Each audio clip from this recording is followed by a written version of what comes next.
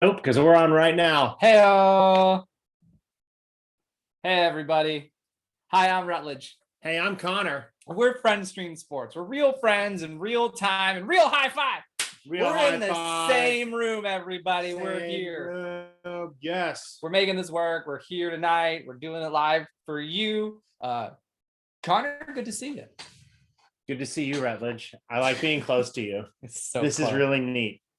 I felt his breath. What a great jersey. What are you sporting tonight? Little OCSC. All right. We Go Lions, won man. this weekend, man. I was there, played Toronto. Yeah. I watched 3 parents give 10 8-year-old boys cotton candy. They just passed out rolls and one kid picked it up like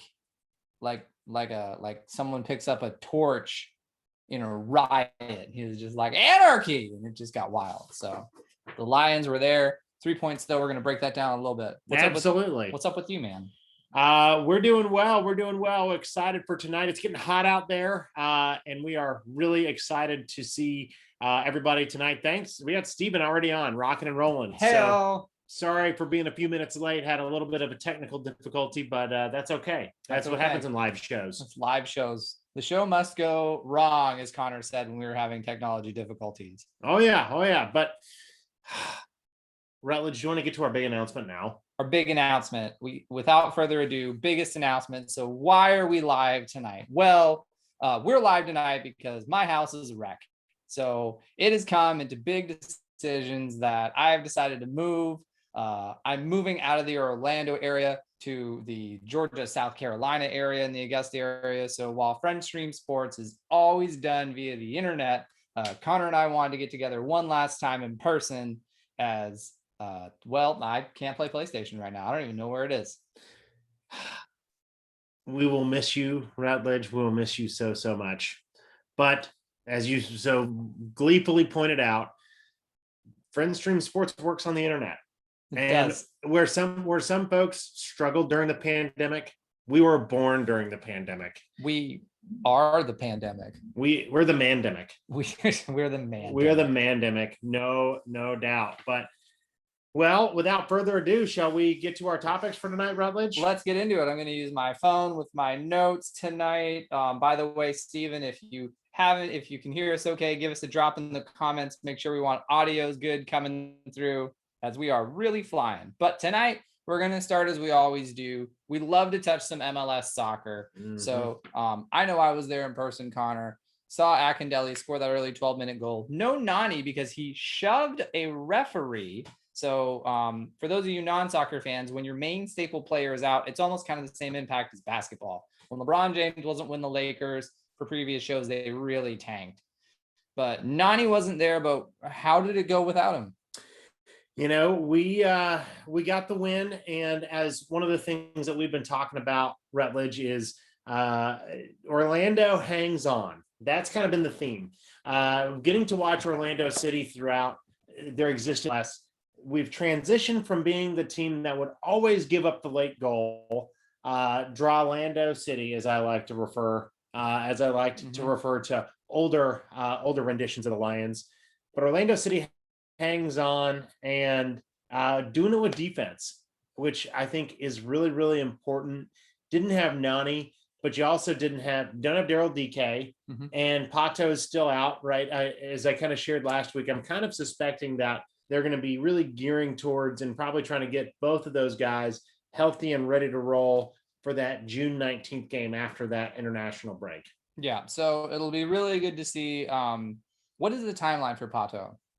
They said 3 to 6 weeks. You know, it could be, if he's healthy now, like he's kind of getting into that earlier range. So that's what I'm saying. You know, if Orlando was really struggling and losing, I could have seen a situation where they were trying to rush him back. But because we're second in the East right now, you know, there's probably a thought of, hey, let's not rush it. Let's make sure you're good and healthy. It's a long season. So that's I'm eyeing that June 19th game is a really big game for the Lions for sure. So it's going to be huge. Let me ask you this. We saw a great performance by Sylvester Vandervater. Who do you think are the 3 strongest Lions in midfield? In midfield, Right now, I think Oscar Pereira is still trying to put it together. Sylvester had a really good showing. I really think though that blanking on my players, Connor, because we put me on the spot. Mueller has always been a linchpin. I miss Saja Clenston, but not having Clenston in the lineup is not being bad. Who would you take as a third? Because those are the two that I saw that looked really good. Yeah, I guess I'd want to put Mueller a little bit more in that attacking third, right? Mueller on one wing, Nani on the other wing, and then some form of DK or Pato there in the number 9. And this is obviously coming from a 4-3-3 perspective, but I think Junior Urso always brings great energy to the game. And I think Miguel Pereira, our number 10, our maestro, he always does a great job. Number 3, if we get similar renditions of Sylvester Vandervater, I could see that he just played himself into a midfield role. Gonna jump in my first hot take. I think he might have done that. Now, if not, I could see Seb Mendez. He's kind of the next guy in from that perspective, or you drop Mueller back and you play kind of Benji Michel in that role. So I'm hoping to see any semblance of what we saw from Sylvester Vandervater throughout the course of the season, as well as Pereira and then Junior Urso. And I think that's a really stout midfield. That's going to be a tough out throughout the season. It's going to be good. I think you bring up a good point too with Michelle. I like the bench depth that this Orlando team has. In former renditions of Orlando City, when those sort of subs came in and you saw the key players came off, you as a fan held your breath. So it's good to see that Michelle, he came in the back half of the game, but you could tell he was still a key piece. Orlando City is second in the East. They're still they don't have the most points in the league. That goes to Seattle, who has 17 points in the MLS. My hot take from last show that I was on was MLS final is going to be Orlando City versus Seattle Sounders. I think they can do it. I think if that June 19th game goes well, you're talking about, I see them doing really, really well. Yeah, and it is a long season. That's the other thing. There have been Orlando City teams who've started out hot and faded with the summer sun. But the idea being they've got some players with some experience, and this is a team that does indeed hang on. Now, we'll see. Maybe there's some bad luck, and Orlando City loses a couple games. Maybe. But beggars can't be choosers. Orlando City's hanging on. I'm happy, Rutledge. I'm happy too, and you can enjoy that summer sun because I will not be going to it. By the way, shout out to Crowheed TV dropping a comment with us. Thanks for coming out. I think this is the first time we've at least had you drop some comments in the chat. Always good to see someone. And Steven says I look like Ronaldo. So I appreciate that. I've been trying to keep Ronaldo's he's in good shape. I look like someone that needs like a koozie with a beverage in my hand. I'm really surprised you didn't bring beer to the show. Not too late. Late. It's still early. It is still early. It depends on how hot we get at halftime hot takes. So that goes into our second quarter of action, Connor. So the rest of our show, or at least a good chunk of it tonight, is going to be followed about basketball because the NBA playoffs are going down. I think that the play-in tournament it was cool to see that March Madness, one game, win, get in feel, but it really separated the you're on the fringe to are you the real deal teams. Kind of want to call out the Spurs and the Warriors. I know there was a lot of Steph Curry MVP talk earlier in the season, but to see that, the one that I came out of, one things that I wrote down that I had to share is LeBron back in the playoff game. He still knows how to turn it on. LeBron is the king of procrastination. He had a triple double against the Warriors. What do you think of him coming in fresh?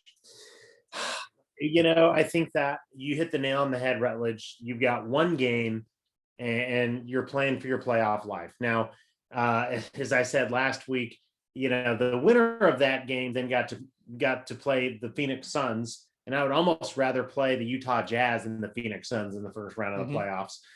So the Lakers might have gotten the tougher draw in playing the Suns in the first round. But, I think that LeBron did have that rest. He's still old, man. There was that whole thing last night with how long he spent down on the floor after he missed the free throw. Was he flopping? Was he not flopping? Yeah. I'm convinced that LeBron is much more dinged up than he's letting on. That's kind of my thought. Now he's going to tough it out. He knows he's got to play, but we're not seeing anywhere close to what a full playoff healthy LeBron could be. Yeah, that wine budget doesn't pay for himself. He's got to get those playoff checks in order to land for him to make some money. What did you think of Memphis? Are they for real? They they had a very good game. They're even doing well in their playoff series against the Jazz. Like, how do you feel about the Grizzlies? For me, though, I will say, personal plug, love to see that black Memphis throwback. That's a Vancouver Grizzlies jersey for all you wondering where that came from. That was a Vancouver alternate. They just put Memphis on it. Still hurts. But how do you feel about what the Grizzlies are doing? As I said, I think that the Western Conference bit of noise.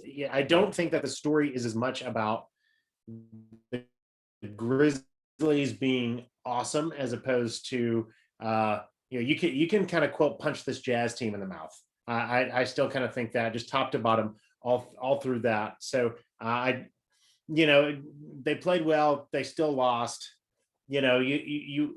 And whether or not you have a little bit easier of a matchup or not, you're still the 8th seed in the playoffs. You're still have plenty of holes in your roster, things like that. It is a lot of fun to have John Morant in the playoffs. So I definitely like seeing that, Rutledge. So I know we've got our picks later, but what do you think about the Heat? So I'm going to put you on the spot, Rutledge. That's a hot seat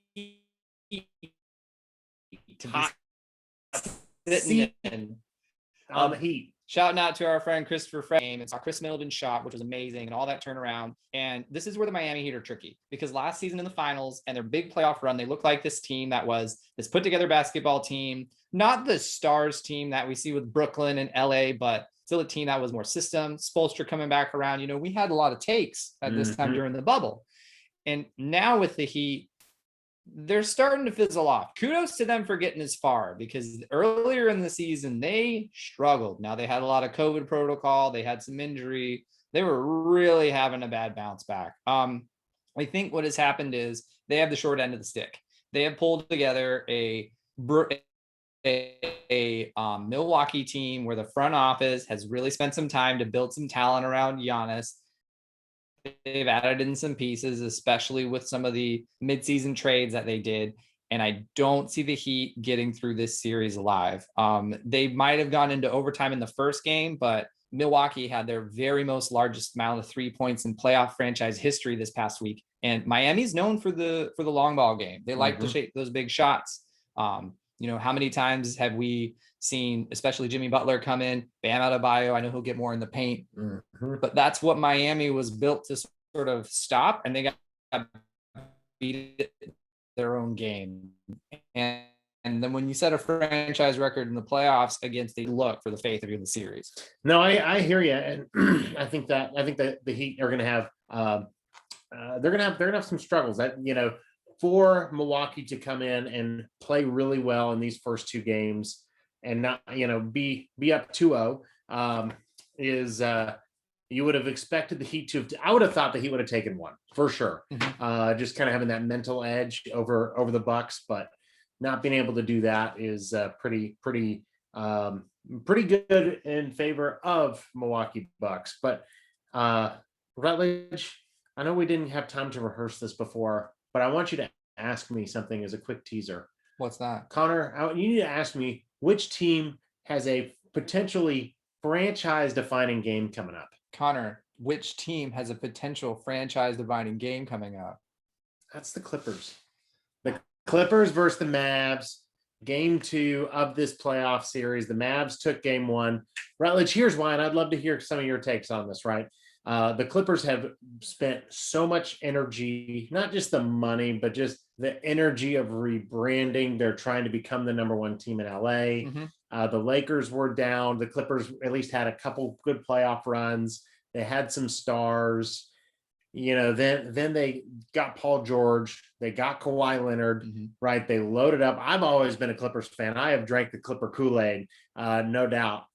And they're down 0-1 to the Mavs. They're and that's without Kristaps. And I think that if the Clippers end up going down 0-2 as the home team to the Mavs and end up even losing this series, Steve Ballmer, as big about as a hype guy as he is, I wouldn't be surprised to see him just totally, trade Paul George, trade Kawhi Leonard, and just start over. I really think so. Here's my take that I have for the way the state of the Clippers. Of course, we said the team just mocking the Dallas Maverick player whose name escapes right now that he dunk faced all over. That's great. But that moment to me stands up. I don't know if you remember a couple of years ago, there was a game. The Bills were playing the Cowboys in Dallas, and the Bills were getting absolutely mauled. And this like third string tight end scores his first NFL touchdown ever. And what does he do? He gets the ball, runs all the way across the field, and then gives the ball to his girlfriend, who's a Dallas Cowboys cheerleader. Do you remember that happening? I do, yes. That to me is the moment of that dunk with the Clippers happening right now, but getting just like, and they're not getting manhandled by the Mavs, but Luka is showing his will and his way. And this Clippers team was supposed to be a big deal. So I'm with you. I think they'll get the lineup and get rid of everyone because they're expensive. And I love what they're doing. I'm with you. They're rebranding. I like the swag they're wearing. They got away from that blue and red, and they're trying to go in a different direction. When we did our ranking of everyone, we both had them at number 3 in the West, but we didn't have anything positive to say. We're like, yeah, leave the Clippers because there's no reason to move them, but there's no reason to move them up. So I think the Clippers are out there. I think they're a little wild. Speaking of people and what they're doing, so I'll give this stat to you out there. The Wizards won their playing game, right? Russell Westbrook, of course, has set some records this year. His triple double is good for him. The Wizards did their first play-in game and they lost to the 76ers, and Bradley Beal had 33 points. How do you feel that tells the story of the Washington Wizards all year long? Of course, Bradley Beal's going to go off in a big game, right? And the Wizards will still find a way to lose. Hats off to the Wizards for being able to gut their way into the playoffs. But, Russell Westbrook led teams and regardless of who the main star is, Russell Westbrook is still the main alpha dog. And a lot of people like that for sure. But what are we seeing with guys like James Harden, right? And guys that will just run themselves into the ground.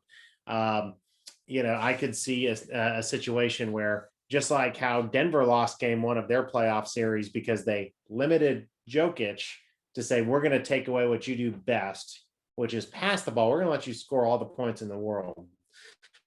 I could see a situation where you game plan to take away certain things to give you the chance to win. So the dearth of experience that Doc Rivers has, as I think that if there is any chance at an upset from a play-in team, it'd be out west.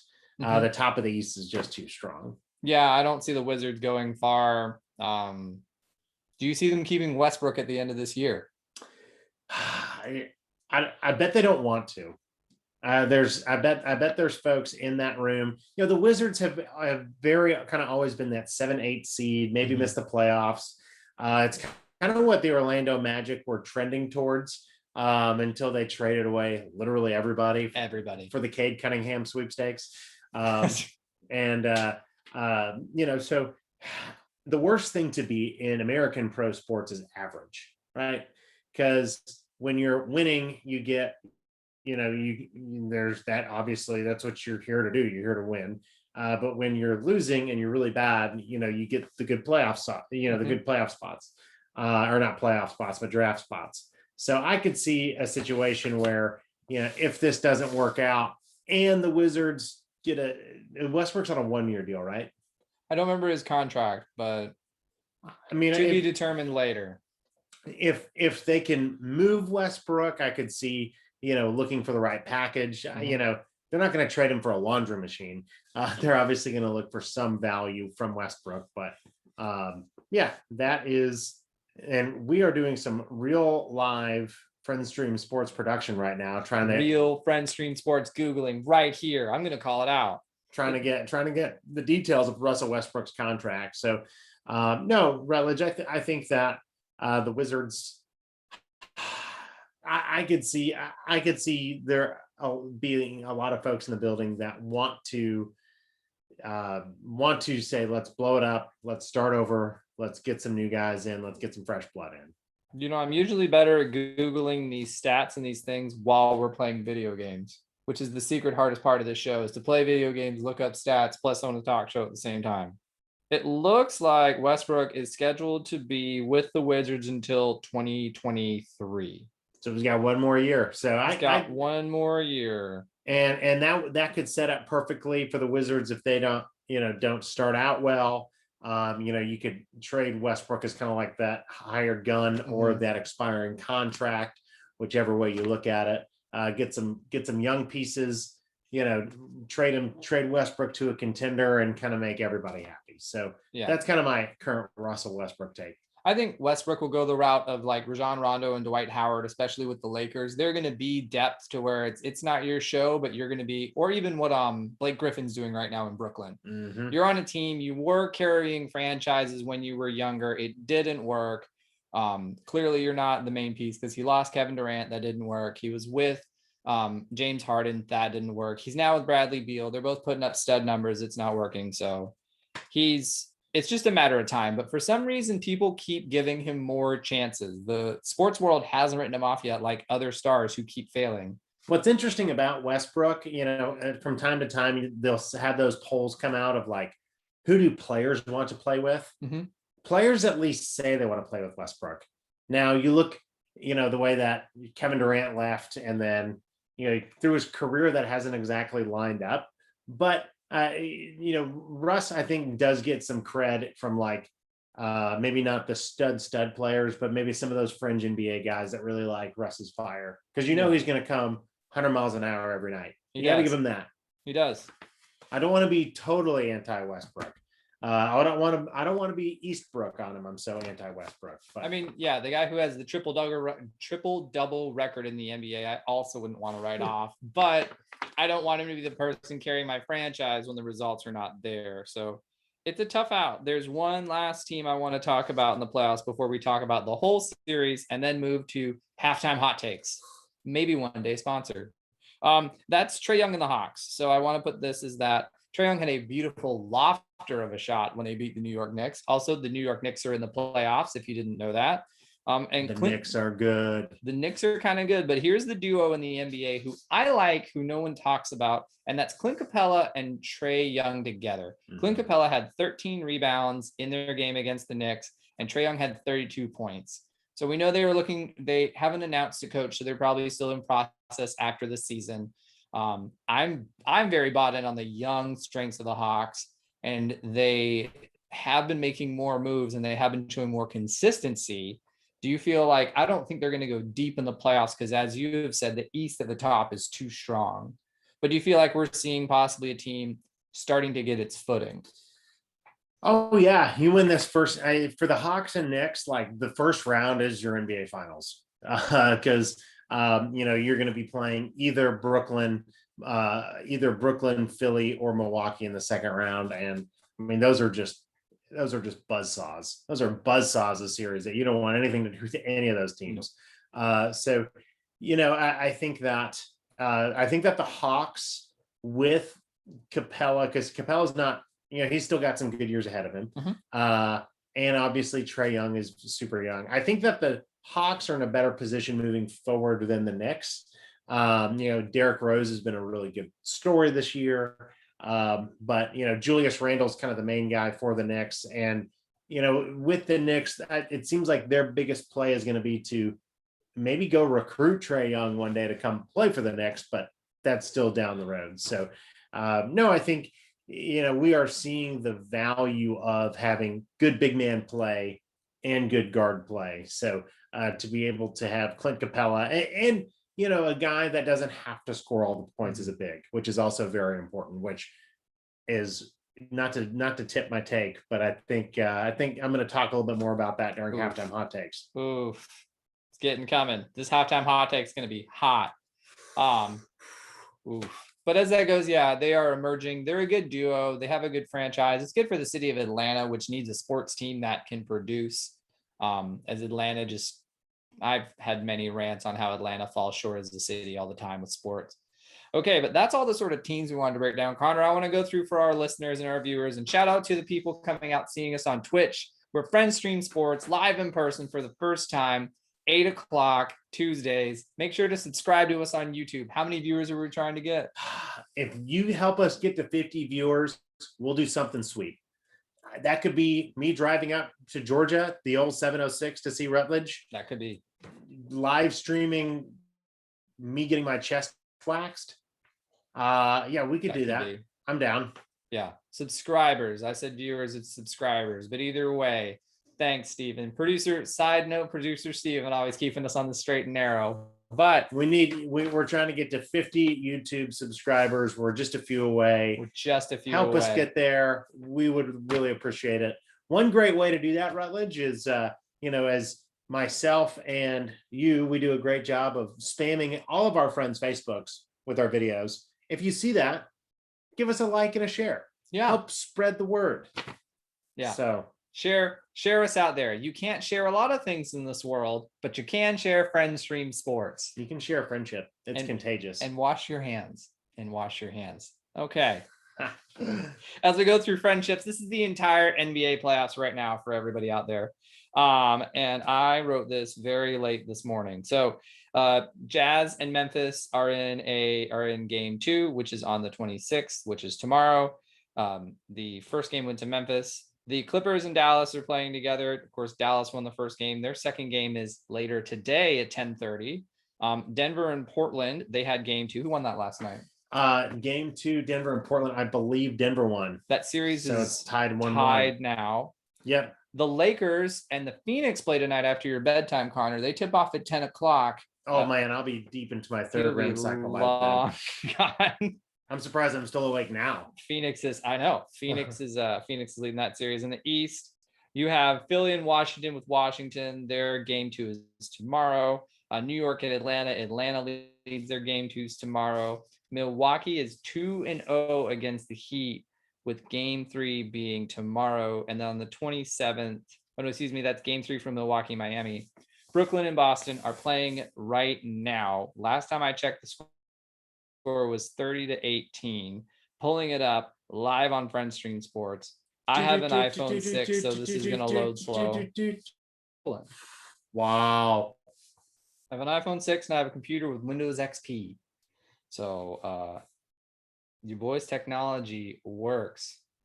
Anyways, the score for the Brooklyn Nets versus the Boston Celtics, Connor, at halftime is Brooklyn 71, Celtics 47. Sounds about right. So moving on, that takes us to halftime hot takes. Woo woo. Connor, what is halftime hot takes this week? Well, before that, I know we always joke about sponsorship, and because I forgot to change the name of our Zoom call, do we have our first sponsor for halftime hot takes? It could be. Halftime hot takes brought to you by Bourne Financial Group. If you don't know who we are, that's okay. Just okay. Ask their financial advisor. Just know that they give Connor money. They do. It's a good time. I'm into it. So halftime hot takes this week, Rutledge, is what we did. We did a little thought exercise, and we said if we could make our own big 3 in the NBA that is not currently constituted, who would our favorite big 3 be and why? Well, I will tell you my favorite big 3, and I'll give them to you straight. This is, if I could combine 3 players together, I'm going to take Trey Young as my guard. Mm-hmm. I'm going to pick up the Joker and get Jokic, slam them together, and then I'm going to add Giannis. And I think that's a dangerous trio of people that you have. Trey Young is going to be your great perimeter, almost like your Steph Curry, Chris Paul guard, who can go down in the paint. You need him, but he's smaller, so he's faster. Jokic is in there for the rebounds, also good for defense in the paint. And then Giannis is going to cover the rest of it. He's going to run the paint, run the floor. He can shoot. He can jump. I'm swearing he wears PK flyers. Like, Giannis can do it all. I am very bought into Giannis and all of his stock. So I think that if you put those two together, you might as well just have a Crown Royal bag to hold all the rings you're going to win, because it's just going to be jingle jangle with that big 3. Jingle jangle. Well, that's hot. But Rutledge, I'm gonna see your big 3, and I'm gonna raise you first off, here's something kind of coming in out of left field here. Rudy Gobert. I'm going to put Rudy Gobert as part of a big three. Okay. Now, you quoted Jokic for his rebounding and defense. Jokic is actually best at passing, but that's okay. But you do need somebody. You need a Chris Bosh. Rudy Gobert will be this big three's rendition of Chris Bosh, followed by Steph Curry. I still think that he's got a lot in the tank, but also he is a good emotional leader, right? He's a guy that can handle a lot of different just different mentality, and just go out there and play. And third, I'm taking Kevin Durant, 6'10", 6'11", with handles like a point guard and burner phones for days. The news media is going to be all over it. Kevin Durant would be kind of like the LeBron, always be the one, making the news, making the stories, taking all the shots. Steph would be sort of like the D-Wade if we're going to compare this to probably the best big three of all time, that Miami Heat big three. Well, I guess maybe the Spurs big three would be better, but that's for another halftime hot take for another time. But then Chris Bosh would be Rudy Gobert. So those are my guys. So you're taking your halftime hot take to your team. You're going to go. Yeah. Okay. I'm in it for like the long haul. I think Giannis has found the fountain of youth. It's probably in all the Greek cheeses that he eats. The Greek cheeses and yogurts and some figs. Honeys, some figs, some cheeses. He's great, right? But here's the thing, though, is you've got a lot of championships already between Steph and Durant, which winning a championship, you like just that mentality to know what it's like to go through the whole season. Then you got the playoffs. Then you got to play into June. I mean, that's a long time. So a long time.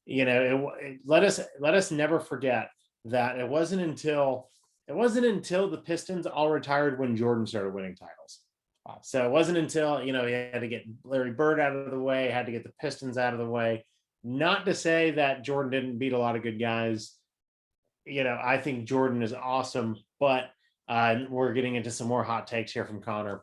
I think that the only player. Do you think he would take that personally? I think Jordan would take that personally. I think that the only player greater than Michael Jordan is the legend of Michael Jordan. Okay. He never missed a shot, according to his legend. Was perfect on defense, did all that right. Played with the flu. So right. Was a great teammate, never bullied in the locker room. Never punched anybody. Never hit anyone. That's his legend. Was nice to Bugs Bunny. He was. Love some Space Jam. All right, moving on. Third quarter. Okay, so this is one of our Friend Stream Sports huge topics. This is a staple in our arsenal. We love to whip out this conversation. And that is where we're going to do our musts, our busts, and our trust for the NBA playoffs. These are the teams that Connor and I think you must follow. Someone that you would think I should follow, but you would bust. And then who do we trust? Who do we think is going to be a big deal? So Connor, give me your must for the playoffs. Suns. I would be shocked if they don't beat the Lakers because, as I said, I think LeBron's hurt and he's frustrated. And then they're getting the winner of the Blazers Nuggets. And I think that the Suns are still markedly better than the Blazers or the Nuggets. So I see put it in. This could be the KOD. Put it in the bank. Put it in the vault. Suns are like at least getting to the Western Conference Finals this year. Wow, that's a hot one right there. Yeah. What about you, Redledge? I'm taking the Brooklyn Nets for very many of the same reasons. First of all, I'm going to say it here on the air right now. I'll spoil one of my picks. Nets in 4. Nets in a big 4, especially with the way they're putting it on Boston now. Nets in 4 in their first series. Wow. This is what this Nets team was built for. When we sat around and we saw James Harden was coming, they're like, okay, I get it. This is what this Nets team. Kyrie Irving finally showed up to games, right? They finally started playing. It's like, this is what this Nets team is for. They're built to make a deep playoff run. And there's no showing. They have bench depth with Blake Griffin, who, remember, he used to carry, he carried the Clippers and now he's a part of it. So I'm excited to see another spoiler, this Nets Bucks series coming up, because I think that's going to be wild. I wish it was the Eastern Conference Finals. It's not going to be. But this is the machine. We're going to see some amazing basketball. and I see them going all the way to the finals. Well, there you go. How about our bust? Who's your bust, Rutledge? I'm going big here, and this one's going to be huge. I'm picking the Utah Jazz. Wow. And I'm going to put it, especially with their first game with Memphis. And I think Memphis is hot right now. You know, they're from Tennessee. It's Memphis probably is so hot right now. It's so hot to be a Grizzly in Tennessee. That's not good for their environment. Mm-mm. They're used to the Pacific Northwest where they belong. But as that goes, I think they're in a lot of danger. And then the next series that they have, if they get through this series, and I'll give my pick, I'll save that for later. But if they get through this series with Memphis, they have to play Clippers or Dallas next. So you said it earlier with the Jazz, you said you can punch them in the mouth. They very much think they've already gotten punched in the mouth, and they ran the table in the regular season. And now that they're seeing some adversity in the playoffs, I don't know what to do. I'm sure they can respond because they're professionals, but I don't think they're ready to be beat the same way as, you know, a Brooklyn or even Milwaukee's going to beat on someone. I don't think they're ready to sort of take that game and take the series. So I have the Jazz. Yeah, I'm going Jazz too. A lot of the same reasons you have, Rutledge. I think, you know, there's still too many big time players in the West that have played in too many big time playoff series to let the Jazz get through. So I think the Jazz are going to bust. That means they might win their first round. I'd be surprised if they make it to the Western Conference Finals. So yeah, that's my bust. Okay. Which leads me to my trust. Oh, and your trust. I trust a certain team from a certain town. A team from a town. A team from a town. Known for its Patty's Pub. Okay. Known for Frank Reynolds. Okay. Running around doing its thing. I trust the Philadelphia 76ers. Wow. Joel Embiid, Rock Chalk Jayhawk, old school Kansas, big time player. He was actually the second best player, or kind of the second most notable player during his 1 year at Kansas. And he is a much more notable pro, obviously, than Ben McLemore. But, you know, I think also outside of that, it's having Doc Rivers there, a guy who, although I think he can be a little bit overrated as a coach, I think he's still, you know, he's been there before. To me, as one of my themes, right? If you've been there before, you get a lot of street credit in my book. So I think Doc's been there before, and I think the main difference from Doc being with the Clippers as opposed to Philly is Doc, you know, he's got more of a hungry team that wants to prove themselves, where I kind of think last year with the Clippers, so they, you know, Lou Williams wanted to go find out where to go get chicken wings during the NBA bubble. And, you know, we saw how that worked out. So yeah, that's my trust. Rutledge, who are you trusting? Same thing. Sixers, you said it all. You said it best. You're right. I'm with you on Doc Rivers. He's doing some magic, and it's his first year with them. So is it Doc Rivers or is it the people around him? Tough call, tough to say, but the East was so hard for them to hold on to, and especially once Brooklyn started to cook, they really kept it. So I feel good about that. Cooking like James Harden when he's doing his little James Harden, man. It's gonna be a great Eastern Conference Finals. Hopefully we can screenshot this for the YouTube video. Just all the preview. You just eating it up, my man. So, well, that's our must bust and trust.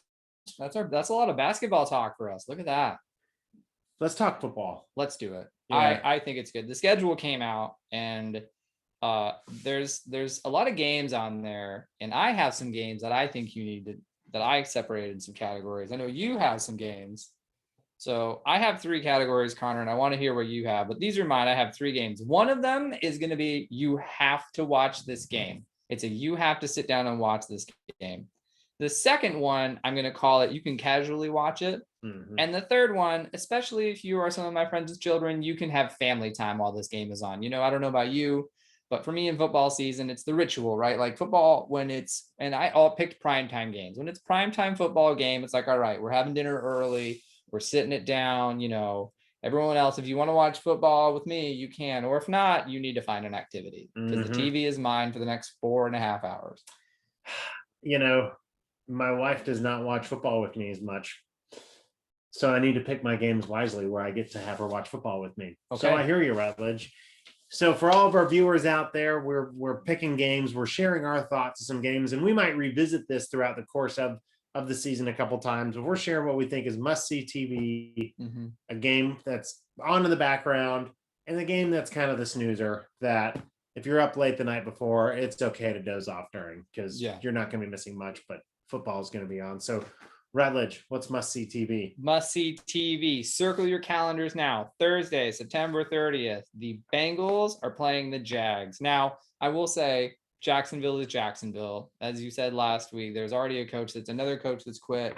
The Urban Meyer working conditions weird. He's got a lot of rookie talent. Tim Tebow's wearing number 85 and back in the NFL, which you want to talk about it. Tim Tebow's our age and he's starting. I wish that's how I could get into the NFL.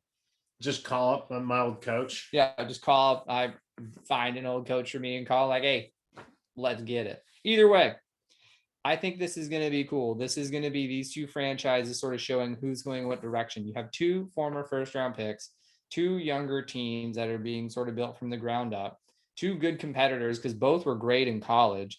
And I think this will be a great, where is this going? It's going to kind of feel, because it's early in the season, it'll feel like a preseason game. If they won't rotate the rosters like a preseason game, but it'll have that there's a lot of youth on the field feel. But I think it's good TV to see what the future of the league can look like. That'll be a ton of fun. You know what my man, what a year it's been, Rutledge. You know what my must see TV is? Week 1, Browns at Chiefs. Yeah. The Browns have turned me into a Browns supporter. I am really excited to see if the Browns have taken the next step forward within their development, having a second year under Kevin Stefanski, and just all that talent that Cleveland has. But then also to see what's going on at Kansas City, right? You know, a team like Kansas City, well, you know, they'll usually start out pretty hot, but is the gap closing in the AFC? And if the gap is closing, is a team like Cleveland that actually might have some potential to do that? You know, I think that's gonna be really interesting to see, and we're gonna look back at that game as big time within the AFC landscape. So that's my must see TV. A dog pound, baby. They drafted well. They did exactly what they needed to do. So, and they didn't reach for Alabama offensive linemen like the Las Vegas Raiders. They did not. Speaking of the Raiders and Vegas and their nightclub in the stadium and bottle service, I might go to a game this year. I kind of want to go. Just, why not? Yeah. Right? I'm closer to better flights now. You are. I fly out of Atlanta.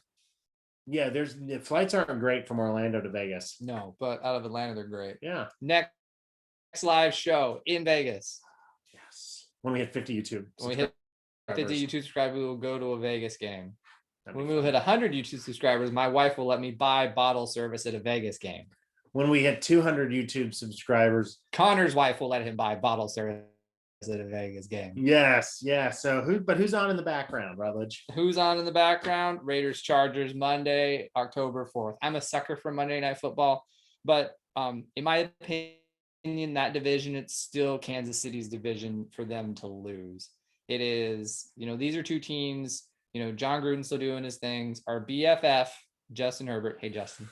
Hi. But as it goes, this isn't a game you don't want to miss, but you don't want to be emotionally invested. And I say there are some, and we'll talk about that in the what to not watch. There are some that you turn on the football game and say, I'm going to watch this. I'm going to have it on, but not be invested. This is one that you're going to still see some good action. These are two good teams. We said all last season, if the Chargers are healthy, they'd be better. If the Chargers are healthy, they'd be better. We both said, if you took a new quarterback, who would it be? Justin Herbert, which is why we like him so much. So I think this is a great one to watch, and one that will, since it's in early October, when we get to the playoff picture, this will be circled on the schedules of who won or lost this one. But it's not in that moment you have to be invested. You just need to know what happened for the future. Mm-hmm. No, I think it's good. Some good thoughts. For me, the game that's on in the background, week 3, Jags versus Cardinals. That should be the first true test for Trevor Lawrence, assuming Aaron Rodgers doesn't go to Denver, although there's still some heat behind Aaron Rodgers to Denver potentially. I do think the Cardinals have a lot to offer, and I do think they are going to be a tough out. And I think that this is going to be the first biggest test for Trevor Lawrence here in the early season. So it'll just be interesting to watch how he responds to a game where he's going to have to score some points and where he's going to have a defense that's really trying to put a hurting on him. Yeah, and that sounds like a big one, right? But who knows what'll happen with Aaron Rodgers. Off-season quarterback news, man. Okay. We're getting late in the show, so it's time for our snoozer. Our snoozer. Oh, this one will put you to bed as we get close to Connor's bedtime. For me, I don't have much to say on it, but Monday, November 1st, Giants on Monday. A lot of hype around the football Giants. I'm not bought in on them. Yes, Kansas City showed some vulnerabilities last year, especially with their Super Bowl loss, but they still went to the Super Bowl. I think at this one, if you have kids, read them a bedtime story, have dinner and not have a good time. It's going to be a smack fest. Oh yeah. So we're still live, even though we might not seem live. Trust me, we're still live. The snoozer for me, week 1, and I tried to take some contrarian picks here.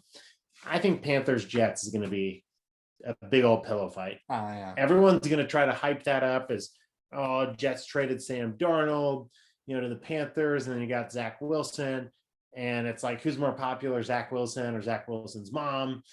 And so you got all these like storylines that have nothing to do with football, and two teams that aren't all that great. So I kind of think that'll be a big old pillow fight. That one's going to be bad. All right. Well, that's what we're talking about with the NFL schedule. There's more coming on with the NFL schedule later. So what I do want to say is that we're going to wrap it up as we're getting late in the game, and we're going to go to picks. So Connor, we're going to take turns going down each little NBA playoff series, say where they're at, and then feel like how they're going to end. So as that goes, let's start with Jazz and Memphis. And I have, I'm going to take Jazz in 7. I'm going Jazz in 6. Okay. Next one, we have the Clippers versus Dallas. I am actually going to go Clippers in 6. It hesitates me to say it, but something tells me not to pick against them. Oh, we got Nets in 6. Already firing out some picks for the Eastern Conference. I think I'm taking Clips in 5. Okay. I think they're going to pull it together. Okay. I still have my blind faith in the Clippers. Okay. All right. In 5. All right. Next one we have Denver versus Portland.